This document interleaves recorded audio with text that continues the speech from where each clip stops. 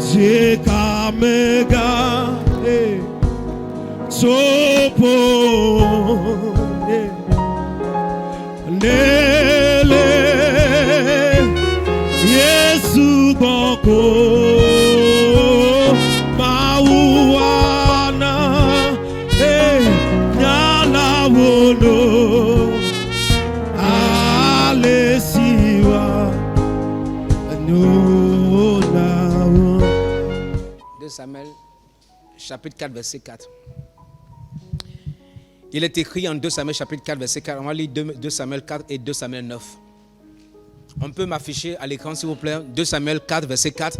La Bible dit, Jonathan, fils de Saül, avait un fils perclus des pieds et âgé de 5 ans lorsqu'arriva de Jezreel la nouvelle de la mort de Saül et de Jonathan. Sa nourrice le prit et s'enfuit. Et comme elle précipitait sa fuite, il tomba et resta boiteux. Son nom était Méphibosheth. Méphibosheth était le petit-fils du roi Saül et le fils de Jonathan qui était le fils du roi Saül. Après une guerre, Saül est mort. Le même jour, son fils Jonathan est mort. Et la Bible déclare que le palais paniquait. Et les gens pensaient que les gens allaient arriver au palais pour tuer tout le monde. Et la nourrice là, Méphibosheth en son temps, elle avait 5 ans. Et on l'a pris dans la précipitation, en le cachant, en l'évitant la mort. Il est tombé et il est devenu paralysé depuis l'âge de 5 ans. Amen. Allons au chapitre 9, 2 Samuel 9, à partir du verset 1. La Bible dit à partir du verset 1, David dit, quelque temps après David est monté au pouvoir, et David va se souvenir qu'il a fait une alliance avec un monsieur qu'on appelle Jonathan. Jonathan qui était un de ses amis, qui était le fils de l'ancien roi, parce que David a servi le roi au palais en tant qu'apiste. Amen. Et pour calmer de temps en temps le roi, et aussi le roi avait établi David comme le chef des guerriers. Et lorsque David devient roi, David se souvient de son alliance qu'il avait avec Jonathan. Et David prend la parole. Il dit, reste-t-il encore quelqu'un de la maison de Saül pour que je lui fasse du bien à cause de Jonathan? Alléluia. Verset 2. Il avait un serviteur de la maison de Saül nommé Siba, que l'on fit venir auprès de David. Le roi lui dit, es-tu Siba? Il répondit, ton serviteur. Le roi dit, n'y a-t-il plus personne de la maison de Saül pour que j'use envers lui de la bonté de Dieu? La bonté de Dieu veut dire aussi la faveur de Dieu. Je prie que Dieu t'accorde sa bonté. Siba répondit au roi, il y a encore un fils de Jonathan, perclus des pieds. Le roi lui dit, où est-il? Et Siba répondit au roi, il est dans la maison de Maki, fils d'Amiel, à Lo-Débar. Lo-Débar était une zone reculée, désertique, pauvre. Et c'est dans cet endroit-là qu'ils ont emmené Méphibosheth. Verset 5. Le roi David envoya chercher dans la maison de Maki, fils d'Amiel, à Lo-Débar. Et Méphibosheth, fils de Jonathan, fils de Saül, vint auprès de David, tomba sur sa face et se prosterna. David dit, Méphibosheth. Il répondit, voici ton serviteur. David lui dit, ne crains point, car je veux te faire du bien. À cause de Jonathan ton père, je te rendrai toutes les terres de Saül, ton père, et tu mangeras toujours à ma table. Dis-moi, waouh. Verset 8. Il se prosterna et dit, quel ton serviteur pour que tu regardes un chien mort tel que moi? Le roi appela Siba, serviteur. Le roi appela Siba, serviteur de Saül, et lui dit, je donne au fils de ton maître tout ce qui appartenait à Saül et à toute sa maison. Tu cultiveras pour lui les terres, toi, tes fils et tes serviteurs, et tu feras les récoltes afin que le fils de ton maître ait du pain à manger. Et Méphibosheth, fils de ton maître, mangera toujours à ma table. Or, Siba avait 15 fils et 20 serviteurs. Alléluia. Tu peux lire la suite. Mon thème, c'est un cas qui nécessitent la faveur. Lorsque David devait devenir roi, il y avait une loi que David a prise. Pourquoi? Parce qu'en entrant à Jérusalem, il y avait des boiteux, des aveugles qui ont commencé à insulter David. Ils ont insulté David et ils ont dit à David que tu ne seras pas établi roi. Et quand David a été établi roi, il a bâti une cité qui est presque une ville, qu'on appelle la cité de David, à Jérusalem. Et David a fait un décret pour dire, à partir d'aujourd'hui, qu'aucun boiteux, aucun aveugle, aucun sourd ne doit entrer dans la cité de David. Personne. Si tu es perclus des pieds, tu es boiteux, tu ne rentres pas là-bas. Tu es aveugle, tu ne rentres pas là-bas. Tu es sourd, tu ne rentres pas là-bas. Et David a pris ce décret. Et il a continué de vivre. Jusqu'au jour où David se rappelle qu'il a une alliance avec Jonathan. Et il demande, on dit, il y a quelqu'un qu'on appelle Mephibosheth, qui est le fils de Jonathan. Et la personne qui va donner le rapport à David va expliquer bien à David. C'est pourquoi il a dit qu'il y a un fils, il s'appelle Mephibosheth, mais il est perclus des pieds. Il faut que je te dise, à cause de la loi. Donc il n'est pas censé venir ici. Mais David dit, à cause de la faveur, je vais faire entorse à cette loi. Et même si cette loi existe, cette loi sera arrêtée pour Mephibosheth. Allez à chercher Mephibosheth, on le prend, et lorsque Mephibosheth arrive au palais, il dit, je suis un chien mort. Il n'y a plus de vie en moi. Le temps où Mephibosheth est parti en exil à 5 ans, et jusqu'à son retour, c'est autour de 15 ans par là, à 20 ans. L'histoire dit qu'il avait autour de 20 à 30 ans quand il revenait. Imagine un homme perclus de pieds, pauvre, dans une zone reculée. Difficulté, qui n'arrive pas à marcher. Il pensait que sa destinée était finie. Il pensait que sa situation n'allait jamais s'arranger. Le petit-fils d'un ancien roi en exil dans la pauvreté, qui n'arrive pas à marcher. Mais la Bible dit, David dit, je veux chercher quelqu'un à qui je veux montrer la bonté de Dieu. Ah, ce matin, Dieu me charge de dire à quelqu'un, il veut te montrer sa bonté. Dieu va montrer sa bonté à certaines personnes ce matin. Dis, je reçois au nom de Jésus. Bien aimé, il y a ce qu'on appelle la faveur qui change les cas. La faveur qui change les situations. Il y a certains niveaux que tu ne pourras jamais atteindre si tu n'as pas été favorisé. Il y a certaines choses que tu ne pourras jamais obtenir si Dieu ne t'accorde pas sa faveur. Alléluia. La bénédiction divine parfois surpasse tes connaissances et tes connexions. C'est pourquoi la faveur peut te propulser de là-haut. Je prie ce matin que la faveur de Dieu propulse quelqu'un au nom de Jésus. Que la faveur propulse quelqu'un au nom de Jésus. Dis, je reçois. Alléluia. Bien-aimé, les efforts humains, c'est bon. Mais la faveur est mieux. Travailler dur, c'est bon. Ne sois pas paresseux, mais accompagne ton travail de la faveur. Amen. Il y a certains endroits où tu ne pourras jamais partir si tu n'as pas été favorisé. Il y a certaines personnes que tu ne pourras jamais rencontrer si ce n'est lié à la faveur de Dieu.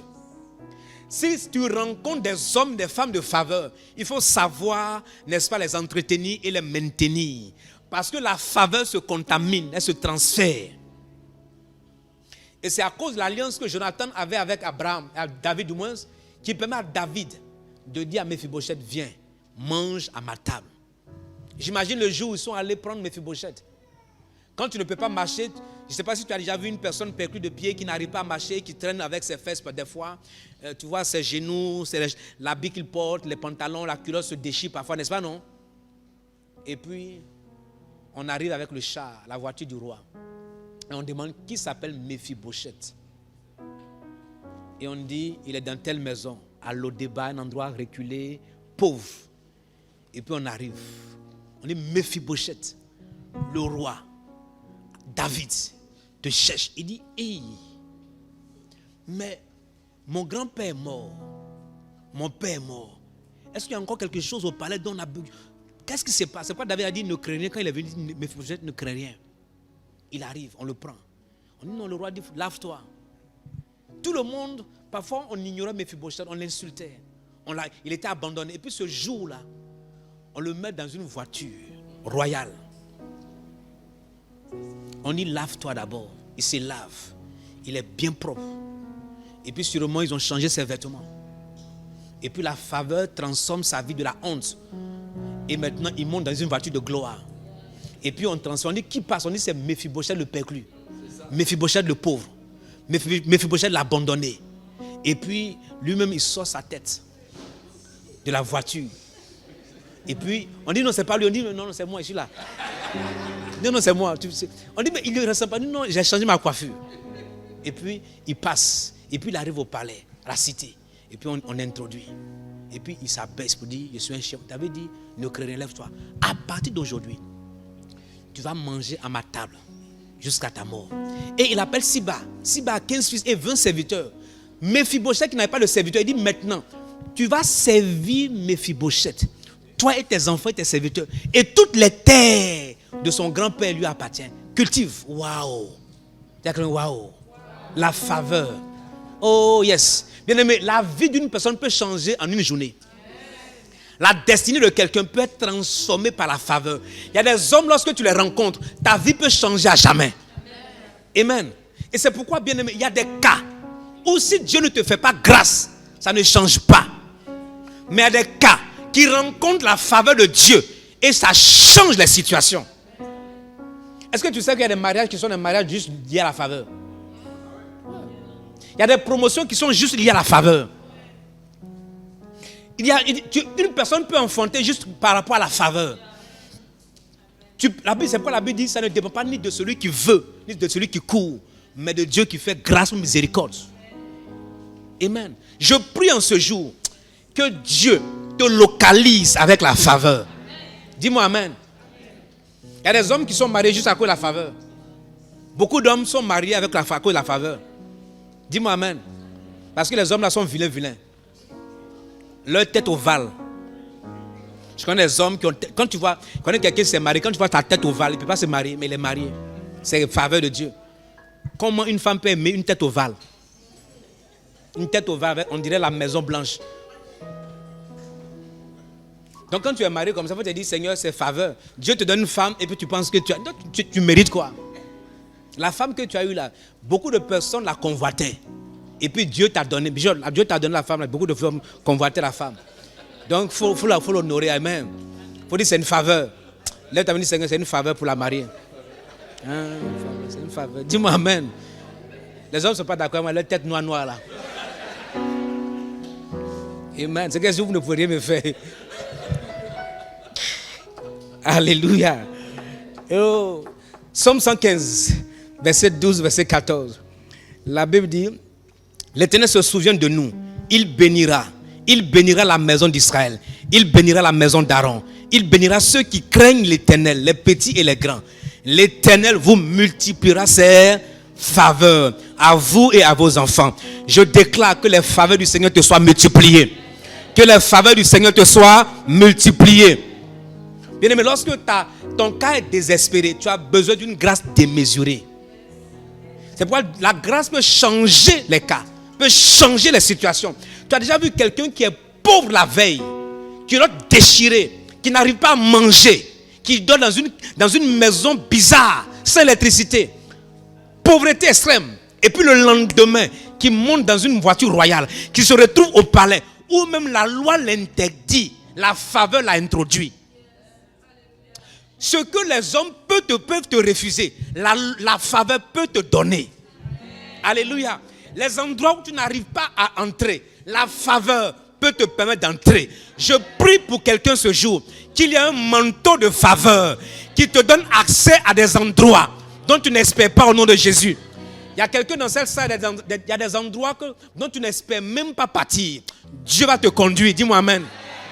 Dieu va te conduire, dis-moi amen. Il y a quelqu'un dans cette salle, tu attends une promotion. La faveur va t'accorder la promotion. La faveur te donnera cette promotion. Il y a quelqu'un qui attend un mariage. Quelqu'un qui attend un mariage. La faveur va t'accorder au nom de Jésus. Dis-moi amen. Il y a des cas qui ne peuvent être changés que juste à cause de la faveur. Il y a des guérisons qui ne sont liées juste à la faveur de Dieu. Tu es d'accord avec moi, non? Oh yes.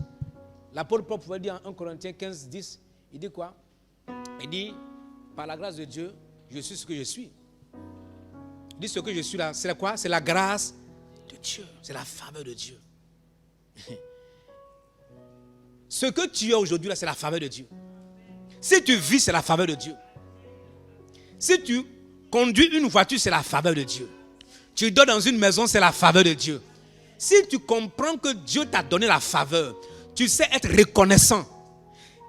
Il est important de ne jamais perdre la faveur de Dieu, de la chérir, de l'entretenir.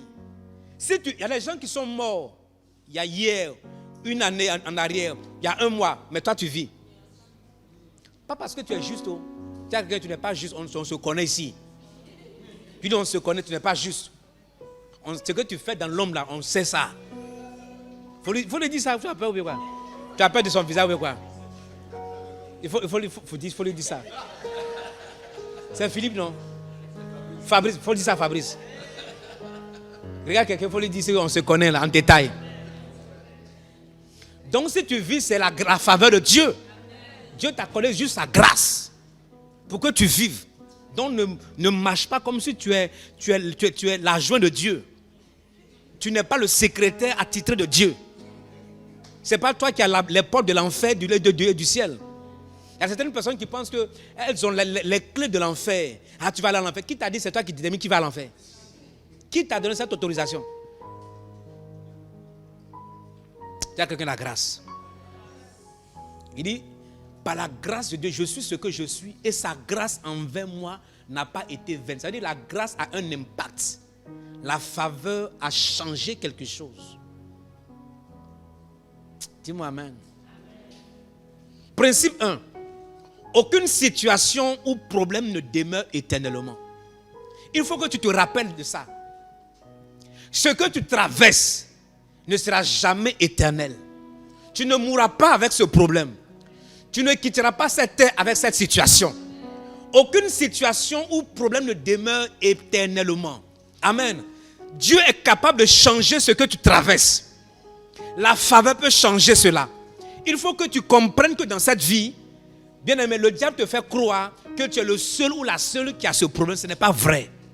Des gens avant toi ont traversé la situation. Des gens après toi vont vivre les mêmes situations. Mais des personnes ont surmonté. Donc Dieu te fera surmonter. Deuxième principe qu'il faut comprendre. Principe 2. Une personne peut être dans la vallée aujourd'hui ou en bas dans la vie et se retrouver plus tard au sommet de la vie et vice versa. Tu peux peut-être aujourd'hui tu es dans la vallée, tu es dans l'opprobre, mais demain tu peux te retrouver au sommet. Aussi une personne peut être au sommet, demain se retrouver dans la vallée. Une personne qui a perdu la grâce ou la faveur peut se retrouver dans les vallées de la vie. Il faut regarder les anciens présidents, certains anciens présidents qu'on connaît, qui sont plus de ce monde, Bokassa, le cas du Congo là, comment s'appelle? Mobutu, même un peu les anciens rois. Regarde un peu leur vie. La Bible dit c'est Dieu qui élève, c'est Dieu qui abaisse, c'est Dieu qui fait vivre. 1 Samuel 2, c'est Dieu qui fait vivre, c'est Dieu qui fait mourir. Alléluia. C'est Dieu qui peut t'élever. Donc lorsque aujourd'hui tu es au sommet, ne méprise pas quelqu'un qui est dans la vallée. Regardez Mephibosheth, il était dans la vallée, dans les problèmes, mais le lendemain, il s'est retrouvé où? Au palais. Et puis il s'est retrouvé avec des serviteurs, des personnes qui pouvaient le servir. Ah, je vois des personnes te servir, dis-moi amen. Ton amen est fait amen. Tu sais pourquoi Dieu ne peut pas rendre tout le monde riche? Tu sais pourquoi? Bon, je ne vais pas te dire ça. Il y aura des gens qui vont te servir. Dis-moi amen. Mephibosheth, dans la douleur, dans la pauvreté, le lendemain, il se retrouve au palais. On dit, mais tu as des serviteurs maintenant. Tu as encore des terres. Ils vont cultiver les terres. Son grand-père était un ancien président. C'est-à-dire que tu as l'impression que tu ne comprends pas bien. Son grand-père n'était pas comme toi, hein. Où tu as juste un terrain, deux terrains. Ce n'est pas fait de un terrain, deux terrains. Non. Son grand-père, il a dirigé toute une nation, un royaume. Et puis ce n'est pas une nation. C'est-à-dire qu'un roi, tout ce qui est dans le royaume lui appartient. Donc il prend les terres quand il veut. Oui. Partout où il veut, il prend les terres. Ça, c'est le royaume. Donc son grand-père est mort. Et David dit, toutes les terres qui appartiennent à Saül. Waouh. Imagine, tu es quelque part dans un village à Niamoutougou. Et pas Niamoutougou vilain, tu es dans le village de Niamoutougou. Et tu es là-bas. Et puis tu luttes, tu dors dans case avec lampe tempête. Et tu vas puiser l'eau de pluie pour boire.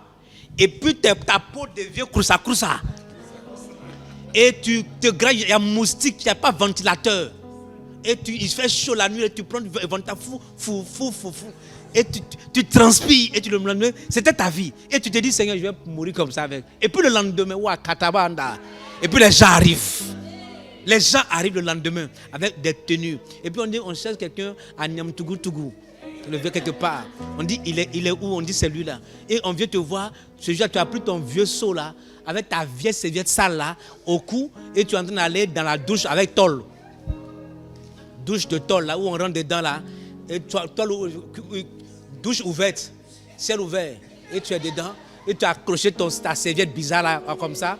Et tu es là en train de te laver. Foukou. Et puis on frappe. On dit, on est venu voir quelqu'un là-bas. On dit, il est en train de se laver, viens. Et tu viens avec ta serviette, tu t'attaches là. Et ton ventre bizarron. Et puis tu es en train de venir. Et on dit, avec ta serviette, ton seau. On dit, on est venu te voir. On dit, bon, ok, je vais m'habiller d'abord. Tu viens avec ta grosse culotte, avec fil, tu attaches. On dit, non, va changer ça. Et tu vas changer ton habit de janvier, 1er janvier. Au village, l'habit de 1er janvier. C'est un peu bien quand même. Tu portes ça et tu viens. On dit, le président de la République. Tu dis quoi? Tu as l'impression que tu rêves. On dit, le président de la République nous a envoyé te voir pour dire, tu peux venir à Lomé. Il a fait là, il faut laisser ça. Faut pas me dire ça. Vous êtes venu me dire ça. On dit, non, le président nous envoie te chercher. Voici la voiture, monte, on s'en va. Et puis tu arrives au palais. Et le président dit, ah, c'est toi? On dit, oui. Et Fabrice, c'est toi? Oui, c'est moi. Ok. On te cherchait depuis là. À partir d'aujourd'hui, petit déjeuner, tu es ici. Déjeuner, tu es ici. Goûter, tu es ici. Dîner, tu es ici. Souper, tu es ici. Ça veut quoi? 5 fois. Et tu es ici. Et on me dit, c'est pas encore fini. On m'a dit qu'il y a des terrains quelque part là, de ton papa quelque part, ton grand-père. J'ai vu des terrains localisés un peu partout. Tout ça là, j'ai demandé aux gens de te produire les documents et tu prends. Et maintenant, tu auras au moins 10 gars de corps. Tu as 10 gars de corps. On te donne un gestionnaire pour gérer tout ça. Et on a réservé une maison quelque part à la caisse pour toi. Tu vas, tu prends la maison à la caisse, tu dors. Mais chaque fois que tu veux manger, tu viens ici. Oh yes, dis ça me concerne. Oh yes. La faveur. Tu changes la situation. Dis ça me concerne. Bien aimé, il y a des gens dans cette salle, il y a des jeunes. Moi, parfois, quand je prêche, parfois je prie, Dieu me montre des jeunes hommes, des jeunes femmes, des jeunes dames qu'il va élever incroyablement. Des personnes que Dieu va bénir. Ce que je suis en train de dire, il y a des gens qui sont dans cette église, des ressources financières pour financer l'œuvre. Des gens que Dieu va élever. Amen. Moi, j'ai vu ma fille de la n'est pas là. Dieu l'élevait là, le niveau. Bien m'a écrit, parce que c'est presque fini le truc, ce que je suis en train de faire. Elle était ici en tant que stagiaire dans une entreprise. Je l'ai vu comment Dieu l'a positionné au fur et à mesure. Positionné. Et chaque samedi, elle vient prier. Quand elle vient pas à l'église, elle vient prier pour toi. Et tu viens t'asseoir dedans. Et tu m'entends et tu écoutes. Et l'onction est là. Elle prie ça, elle prie pour ça. Elle prie pour moi. Et toi, tu viens t'asseoir. Et tu as combien de salaires? 100 000 francs et tu ne viens pas prier. Les gens qui ont des millions là viennent prier ici pour toi. Il y a quelque chose qui ne va pas chez toi. Il faut le dire. Il y a quelque chose qui ne va pas bien chez toi. Des gens qui ont des millions de salaires, ils viennent prier chaque samedi pour le pasteur, pour prier pour l'église. Et toi, tu as 50 000, tu n'as pas le temps et tu cours. Il faut dire qu'il y a quelque chose qui ne va pas bien. Dis-moi amen. J'ai l'impression que les gens ne sont pas d'accord avec mon message. Bon, je vais arrêter mon message. Je vais arrêter mon message. 1 Samuel 2, 6 à 8, il faut lire ça. Amen. Principe 3. Il y a des situations qui ne peuvent être changées que par une faveur spéciale. Il y a certaines situations qui ne peuvent être changées que par une faveur spéciale, c'est tout. Tout ce que nous sommes aujourd'hui, c'est la faveur de Dieu. Moi, tout ce que je suis, c'est la faveur de Dieu. Je ne mérite rien. J'ai par sa faveur, par sa grâce. Je sais d'où j'ai commencé, où Dieu m'a pris, comment je suis parti étape par étape, comment Dieu m'a connecté au fur et à mesure. Tout ça est grâce et faveur. Grâce et faveur. Et une faveur spéciale change des situations. J'ai dit souvent aux jeunes dames, aux jeunes hommes, l'une des choses qu'il faut réclamer de la part du Seigneur, c'est la faveur. Réclame plus la grâce et la faveur. J'ai compris que les chrétiens qui réussissent sont les chrétiens favorisés, qui ont plus de grâce. Ce n'est pas lié aux luttes, ni aux jeûnes. Tu peux jeûner. Je connais des chrétiens sanctifiés, c'est-à-dire quand on dit sainteté, là, ils sont proches de l'ange Michael. Mais, galère. C'est-à-dire ils ont dépassé le stade de la galère. Pour être dans le stade, on appelle quoi? C'est lui qui a le mot. Il te dit la vérité. C'est-à-dire que toi-même, là, on dit le gars, il est galéré. C'est-à-dire que ça dépasse. C'est-à-dire que quand on voit ton visage, on a la définition de la pauvreté. Tu n'es pas obligé d'aller chercher le mot pauvreté dans le dictionnaire. C'est-à-dire la description se trouve sur ton visage. Et je te dis la vérité. Mais ce sont les gens qui prient. Mais ils ont oublié qu'ils pensent que ce qu'ils peuvent obtenir de la part de Dieu est lié à leur vie ou leurs œuvres. Dieu n'a pas besoin. La Bible dit personne n'est juste, pas même un seul, qui fasse le bien. Et c'est par grâce. En vivant ta vie chrétienne, tu peux vivre la vie chrétienne sainte à cause de la faveur et de la grâce de Dieu. Donc, pour vivre sainement, je vis par la grâce. Je ne vis pas par mes efforts. Parce que tes efforts ne peuvent pas te permettre de vivre une vie de sainteté. Tu es d'accord avec moi, non? Tu sors tout à l'heure, tu vas voir les jeunes filles bizarres sont habillées bizarres. N'est-ce pas, non? Une fois, j'étais quelque part. Quand moi je vois ça, j'ai envie de vomir. On était où ça même? Habillé quelque part, je sais pas. Elle habille, dit, mais pourquoi tu t'habilles comme ça? Et demain, tu veux te marier. Les années passent parce que tu es jeune fille. Mais 10 ans, tu es rattrapé ici. Tu vas te marier comment après? T'habilles bizarre. Ok, ouais, c'est hier soir. Quand je quittais l'église, je partais vers les 14 villas, vers Kégué là. Je vois une jeune fille en train de venir chez les enfants là. Elle porte habit, elle enlève, elle a juste soutien là, elle est en train de marcher. Puis elle dit voilà ça là. Et tu veux qu'un homme te trouve et te marie. Mais les gens vont s'amuser à ton corps. Et tu vas vieillir. Et après, tu vas chercher veille de prière dans les églises pour nous fatiguer. Pour qu'on jeûne pour toi. Moi, je vais jeûner pour toi. Oh. Alors qu'on te dit, vis une bonne vie, tu vis comme tu veux, et après, tu attends la prière du Seigneur. Quelqu'un a dit, il y a un pasteur, j'ai apprécié son message. Il dit, toi, tu es jeune, tu prends ton truc pour aller donner aux gens, ils ont fini de manger, et c'est les croûtes là que tu envoies à l'église, pour que quelqu'un mange croûte. Ah, tu ne m'as pas bien saisi.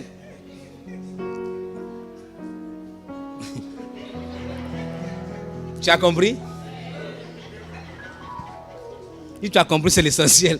C'est que si je n'ai rien dit, j'ai parlé de croûte. Je parle de croûte de riz. Toi, tu as compris quoi?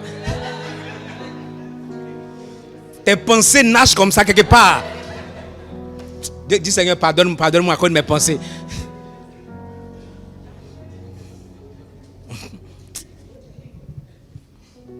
Amen. Il y a des richesses qui ne peuvent être obtenues que par la faveur. C'est tout. Donc tu vis par la faveur, tu vis par la grâce. Tu es saint par la grâce, tu es sainte par la grâce. Et la grâce, ça te permet d'être équilibré, de ne pas faire certaines choses. Sinon, tu seras toujours souillé, n'est-ce pas, non? On vit dans un monde rempli de péchés, souillé. Amen. Tu vas marcher dans des endroits où tu vas voir des choses terribles. N'est-ce pas, non? Choses terribles. Mais tu te dis, c'est Dieu qui te fait grâce de vivre cette vie. Amen. Quelqu'un a dit, ce n'est pas parce que tu n'as pas péché que tu penses que tu es plus saint que ceux qui ont péché. Peut-être que tu ne te trouves pas dans la même condition, les mêmes situations. N'est-ce pas, non? Oui. Et donc, quand un frère tombe, il faut la compassion de l'aider à se relever. Pas condamner la personne. Nous ne sommes pas là pour condamner, nous sommes là pour aider les gens à être relevés. Jésus dit, je ne suis pas venu pour condamner, mais je suis venu pour justifier. Justifier. C'est ça la vie chrétienne, c'est aider les autres à se relever quand ils tombent.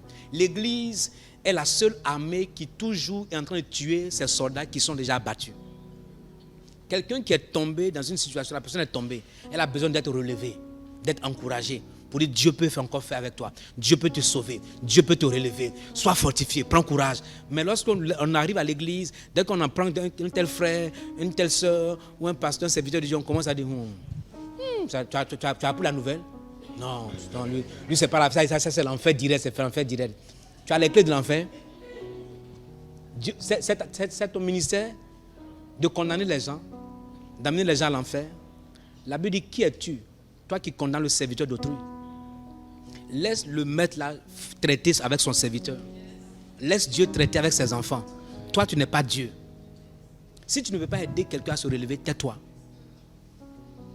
Amen. Tout est grâce. C'est pourquoi une personne, comme j'ai prêché une fois ici, sur la grâce ou la miséricorde, une personne qui donne la miséricorde, Dieu te fait plus de miséricorde. Une personne qui aide les gens à se relever, Dieu te relève aussi. Il faut être toujours compatissant.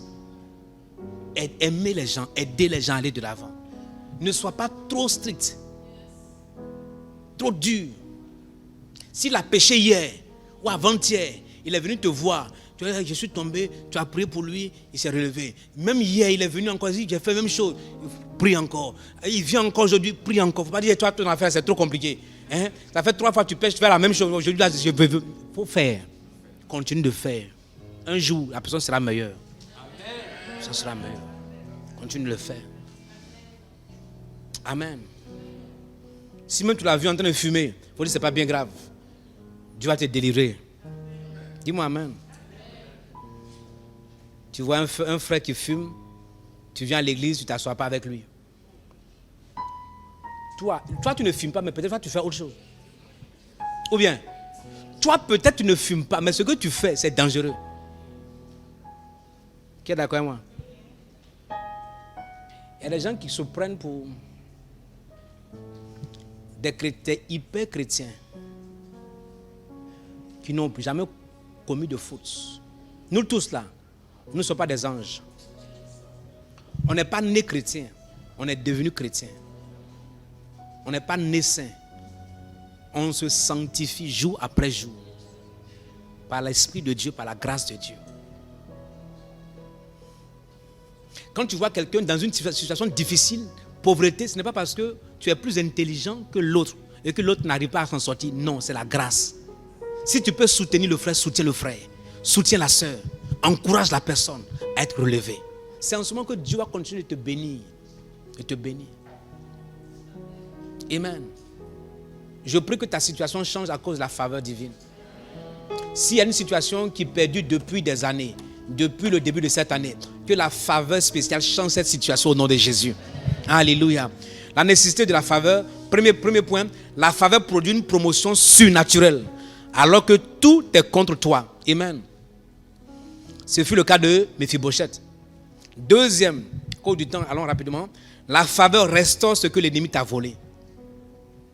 La Bible dit, en Exode chapitre 3, verset 21, il est écrit que lorsque Israël sortait de l'Égypte, ils ont fait 430 ans sans salaire. Et la même nuit, Israël est sorti avec de grands biens. Dieu les a récompensés. C'est qu'ils ont perdu pendant 430 ans, en une seule nuit, par la faveur. Israël a été restauré. La Bible dit, je vous ferai trouver même grâce aux yeux du peuple. Et vous sortirez avec de grands biens, des bénédictions, des richesses. La Bible dit, ils sont sortis des richesses. Ils sont allés voir les Égyptiens. Un esclave dit, écoute, je suis venu voir la dernière fois, j'ai vu ton collier en or, j'ai besoin de ça. On dit, prends. J'ai vu ton assiette en or, on dit, prends. On les a dépouillés. La richesse.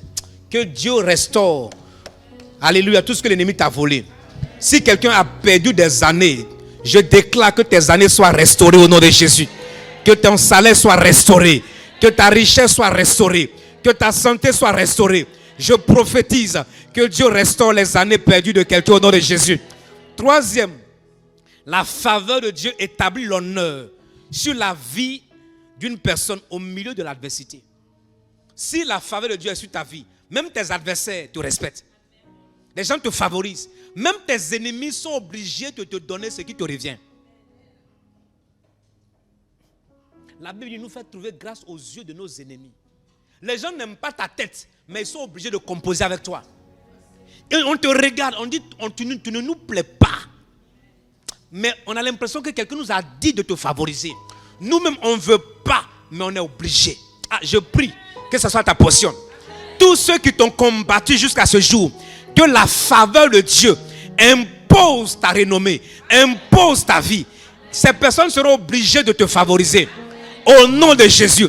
Si quelqu'un t'a refusé quelque chose, par la faveur, l'honneur est sur ta vie. Tu seras honoré en cette saison. Je vois des personnes être honorées en cette saison au nom de Jésus. Tu n'as jamais vu, des fois, quelqu'un vient dire, bon, je veux faire affaire avec toi. La personne vient avec des millions. Il fait affaire avec toi. Tu n'as même pas d'argent. La personne fait affaire avec toi. En cette saison, la personne il y a des gens qui vont venir vers toi. Oh, tu ne m'as pas saisi. Le problème que tu as, c'est que tu n'imagines pas que quelqu'un peut venir te donner de l'argent sans que tu n'aies travaillé. Et c'est pourquoi, parfois, quand tu te lèves là, tu ne penses que... Si quelqu'un, tout à l'heure, si on finit que quelqu'un vient, il vient avec 10 millions, tu as dit, là, il est parti voler, quitte ici. Parce que ta mentalité n'a pas encore accepté que Dieu peut te favoriser. Il y a des gens qui ont l'argent, qui peut un jour, quelqu'un, un Américain, à une église où mon bishop va aux États-Unis. Le pasteur a une église. Et il a une fille là, son papa est, quand on dit milliardaire là, c'est en dollars américains. Il est multimilliardaire. Son papa n'est pas membre de l'église, mais sa fille est membre de l'église. Et un jour, le monsieur a eu un problème. Et il est venu dire à sa fille, vois ton pasteur s'il peut venir prier pour moi. Le pasteur allait prier.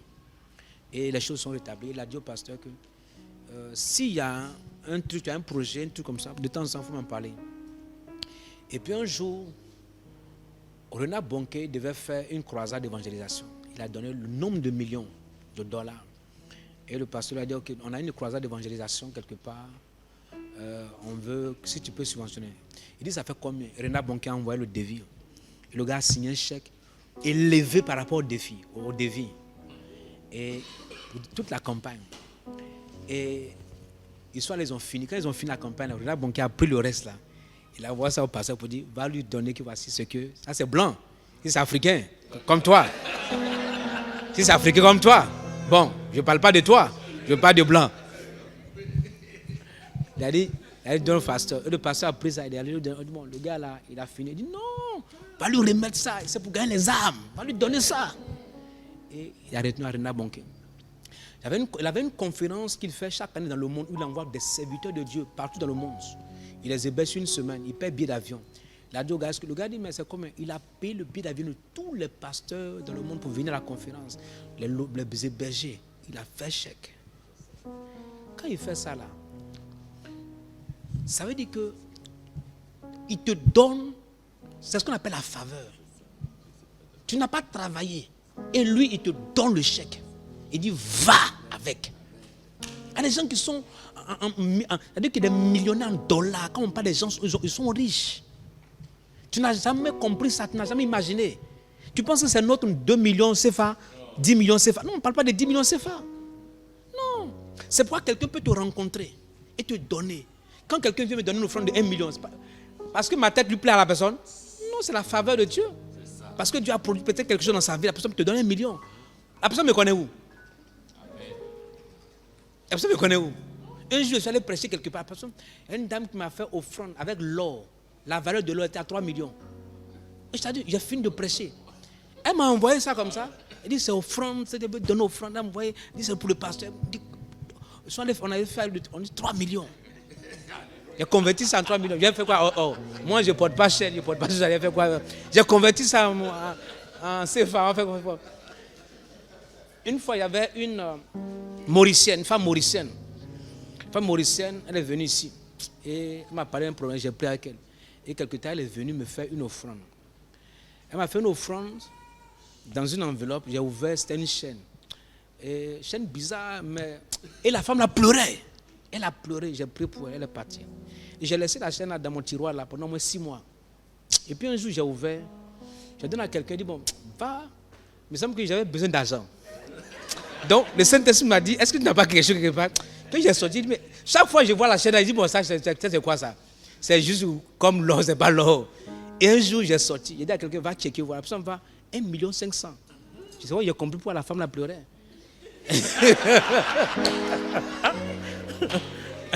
Oui, j'ai compris pourquoi la dame la pleurait. Parfois, on te donne quelque chose, tu penses que c'est. Faut banaliser. Faut banaliser. Quand tu ne connais pas la valeur, là, tu ne comprends pas. Si la personne pleure, là, vous savez que ça, là, il y a quelque chose dedans. Quelque chose dedans. Mais on te donne à cause de la faveur, pas parce que tu as mérité. Tu n'as pas mérité. Tu ne mérites rien. Tu ne mérites rien. Quatrième, la faveur vous livre des choses qui ne vous reviennent pas de droit. Il y a certaines choses que tu ne mérites pas, mais la faveur te donne. Oh yes. Quatrième, la faveur vous livre des choses qui ne vous reviennent pas de droit. Yes. Mephibosheth. La faveur lui a donné des maisons, des terres. Il ne mérite pas d'être dans la cité de David, mais il est parti là-bas. Un boiteux. Il n'a pas été qualifié, mais il est parti. Ton problème, c'est que tu attends d'être qualifié. Tu attends d'avoir les compétences pour obtenir quelque chose. Avec Dieu, tu n'as pas besoin des compétences. Tu n'as pas besoin d'être qualifié. Dieu te choisit selon sa souveraineté. Il te choisit, il te donne. Et la faveur de Dieu a couvert ses pieds perclus. Il est assis à la table, on ne voit pas ses pieds. Il mange. Et quand il rentre là, les gens me disent, mais le roi, mais qu'est-ce qu'il fait? La dernière fois, les boiteux sont venus, les a chassés. Il dit, il ne faut pas y rentrer. On a tué même certains. Mais pourquoi Mephibosheth? Pourquoi? Ce n'est pas normal. Tu as cru que c'est normal. On n'est pas la même chose. C'est pourquoi si tu vois Dieu bénir quelqu'un qui a le même comportement que toi, vous n'êtes pas la même chose à cause de la faveur. Tu dis, mais pourquoi la soeur là? Sa vie, je connais sa vie. Ce n'est pas une affaire que tu connais sa vie. C'est une question de faveur. Une question de faveur. Une question de grâce. Le frère, je le connaissais, mais on était dans le quartier, c'est un voyou. Mais comment il peut atteindre ce stade? C'est la grâce. On ne mérite pas. Dieu nous donne par sa grâce. Il y a certaines choses que Dieu te donne par pure grâce. Ne cherche pas à mériter. Cherche la faveur de Dieu. Ne cherche pas des fois à te marier, cherche la faveur de Dieu. La faveur te donne quoi? Le mariage. La promotion parfois est liée à la faveur. Amen.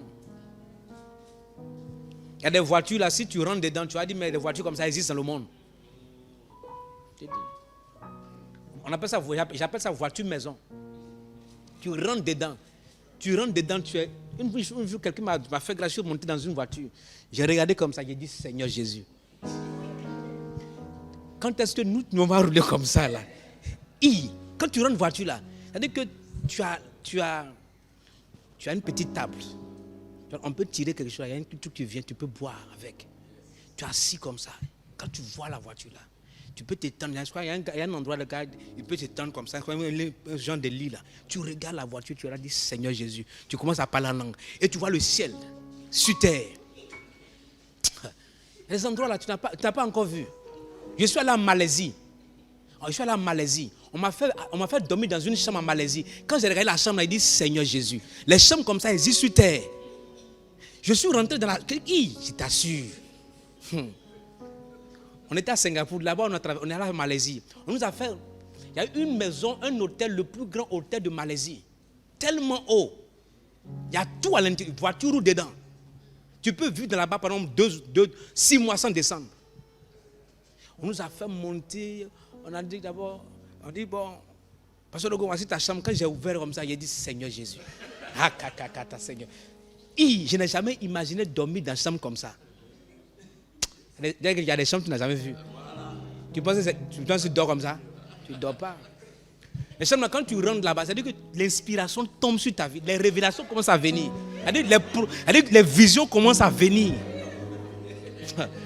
Yes. La dernière fois, j'étais en contact avec mon gars de Singapour. Il dit, mais quand vous êtes en train de faire un camp, il faut me faire signe. On va voir comment on peut encore aller en Malaisie là-bas. Parce que quand on fait les camps, là, on va en Malaisie là-bas pour une retraite au moins d'une semaine. Vous mangez, vous êtes à l'hôtel, tout ça là.